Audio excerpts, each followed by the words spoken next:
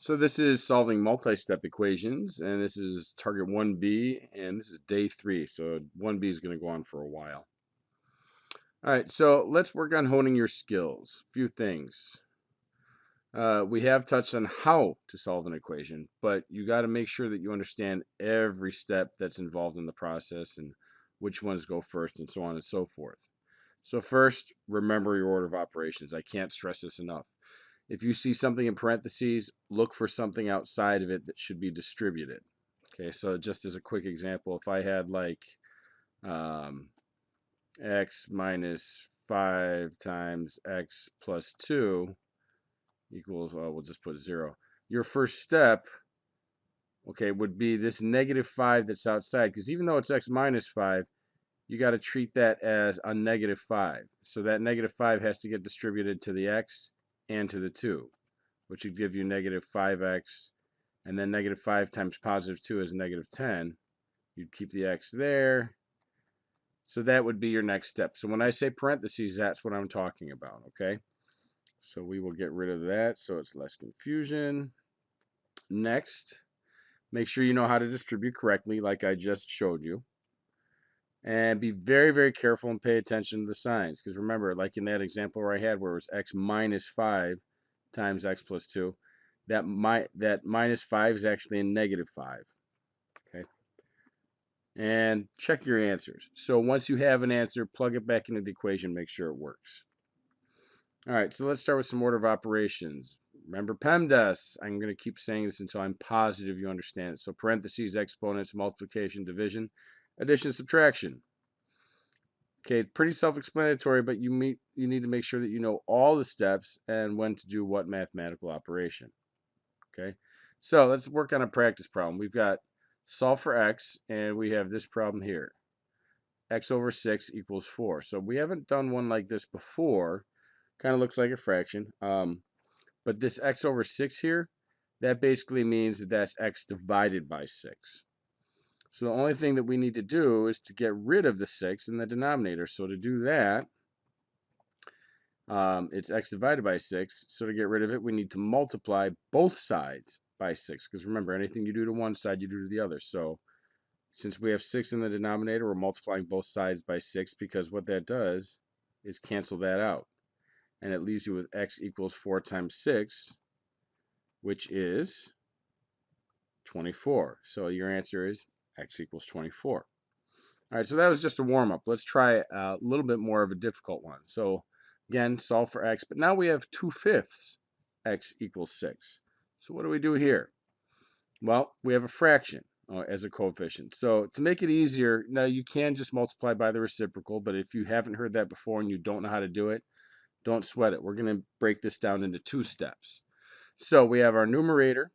Okay, so that whenever I say numerator, I'm talking about this part here. And our denominator, I don't know if I'm going to be able to fit it all. Barely fit it in. So our denominator is the bottom. So numerator on top, denominator on the bottom. So first things first, we need to multiply both sides by the denominator. Denominator is 5, so we multiply both sides by 5, because what that does, it gets rid of that on the bottom. Okay? So you'll end up with 2x equals 30.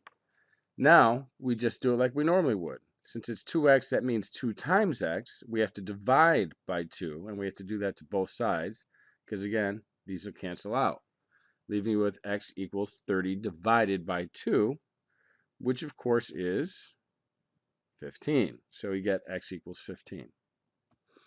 All right, so let's try an example.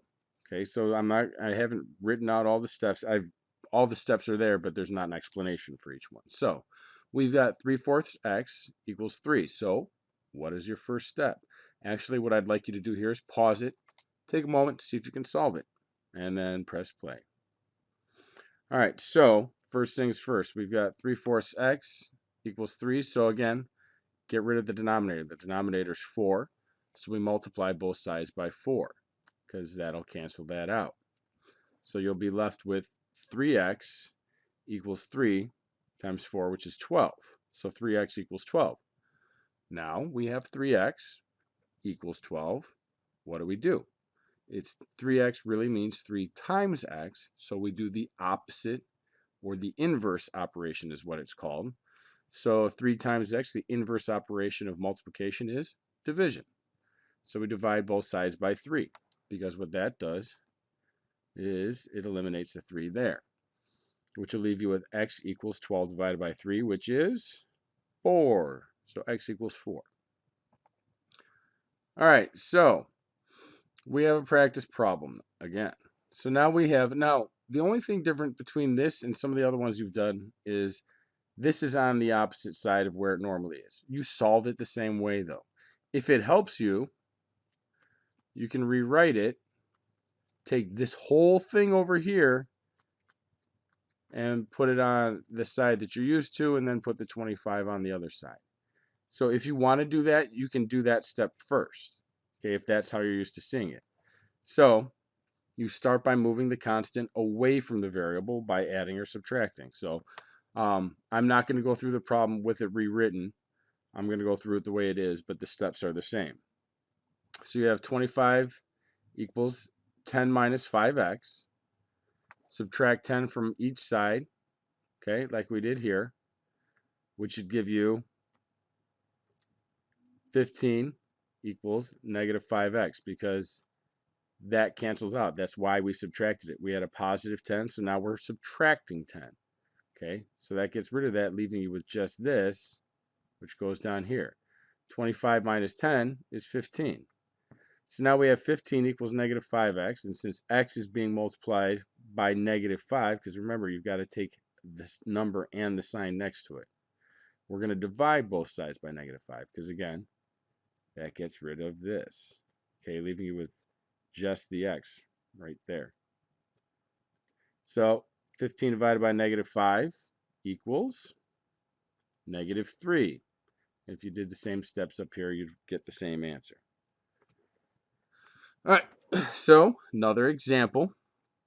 Let's solve for x. So we've got 38 equals negative 7 minus 5x. Forget this for now. I'm going to cross that out. All right, so this is the problem right here. 38 equals negative 7 minus 5x. So again, if you want to rewrite it, you would rewrite it as negative 7 minus 5x equals 38. So the first step is add 7 to both sides. So you could do the same thing here. Okay, that gets rid of that, leaving you with negative 5x equals 45, which same thing over here, because this has been canceled out. The negative 5x drops down. 38 plus 7 is 45. And next, you're going to have to divide both sides by negative 5, like we did there. Okay, and see how it's the exact same thing, just flipped. Negative 5 divided by negative 5 is just 1, or just x. Same thing there. 45 divided by negative 5, in both cases, is x equals negative 9. So see how that works. Again, if you're a visual learner and you're used to seeing things on one side, then by all means, rewrite it first. All right, so finally, some tips. Remember your order of operations. I am going to keep saying that over and over again. Pay attention to the negatives and positives. Okay, make sure you know what's what. Okay, include the sign to the left of the number. And then remember to do the opposite or the inverse operation to get the variable alone. So if it's being added to the variable, you subtract it. If it's a coefficient of the variable, okay, then you either multiply or divide. Simple as that. All right, that's it. You guys have a good one.